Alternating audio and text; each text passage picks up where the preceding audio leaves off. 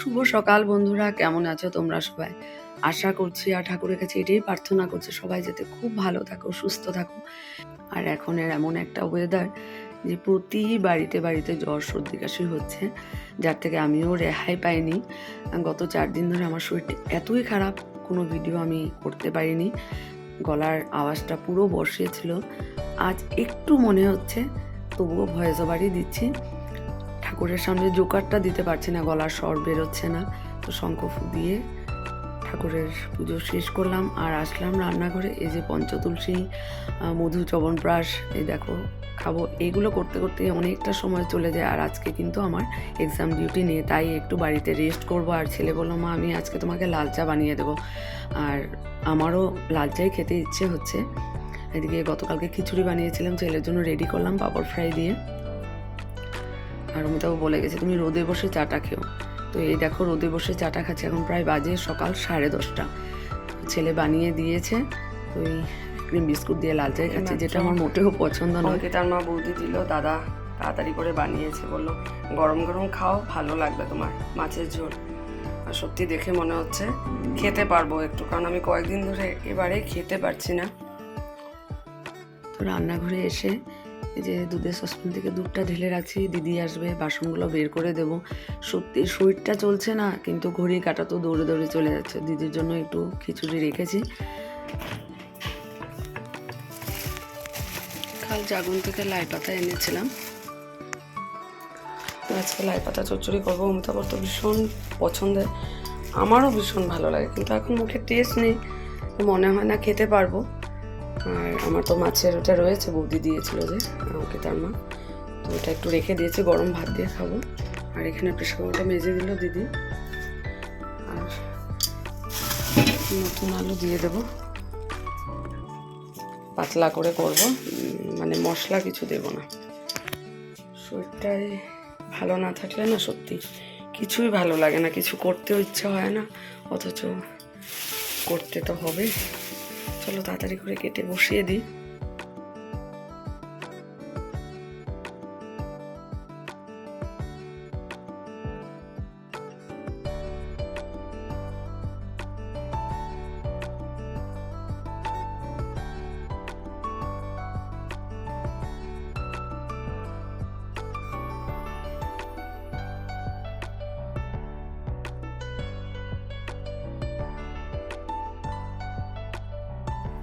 ছেলে তার বাড়ির থেকে গত সপ্তাহে এনেছিল, আমি তো ভেবেছিলাম কমলা, তারপর দেখি না ওখানে মৌসুম্বিও ছিল, দুটো মিলিয়ে ছিল।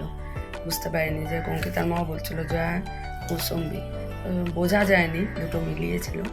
এগুলো হলো মৌসুম্বি আর এগুলো হলো কমলা। মৌসুম্বিটা মিষ্টি বেশ, কমলা এখনো খাওয়া হয়নি। লাই পাতা চচ্চড়ি হয়ে গেছে। শারদা আমার জন্মদিন উপলক্ষে রামকৃষ্ণ সেবাশ্রম থেকে অর্ঘ্য নিতে এসেছিল, তো মার নামে আর আমাদের নামে অর্ঘ্য দিয়ে দিলাম। তো তারপর ভাবলাম যে চুলটা একটু আঁচড়ে নিই, কিন্তু আর আয়নার সামনে নিজেকে দেখা যাচ্ছে না, মুখটা একদম শুকিয়ে এতটুকু হয়ে গেছে, তার মধ্যে নাকের উপরটা পুরো লাল হয়ে আছে। সর্দি টানতে টানতে না একটু ভেসলিন লাগিয়ে রাখছে, নিজেকে নিজে ভাবছি যে নিজের চেহারাটার জন্য আয়না দেখা যাচ্ছে না। তারপর ভাবলাম ছেলে কম্পিউটার ক্লাস থেকে আসতে দেরি হবে, অমিতাভও কাজে বেরিয়েছে, যে আমি একটু শুয়ে থাকি, কারণ দুপুরবেলা খেতে খেতে লেট হয়েছে। অমিতাভ যেহেতু লেট করে এসেছে, তাই আর রেস্ট করা হয়নি, তো এখন ভাবলাম একটু শুয়ে থাকি। রাতে না সেইভাবে কাশির জন্য ঘুম হচ্ছে না আমার। এদিকে ছেলে এসে তাড়াতাড়ি করে বললো, মা আমি গানটা প্র্যাকটিস করতে বসি, তুমি একটু দেখবে। কি আর দেখাবো, গলা দিয়ে তো সেবার স্বর বেরোচ্ছে না, তবুও সামনে বসেছি। আমি তো এসে বললো একটু চা বানাও, তো এই যে চা, দুধ চাই বানিয়েছি এখন। আর ছেলে গানটা শেষ হয়নি, বললাম চাটা খেয়ে নে, তারপর আবার গান করতে বসবি।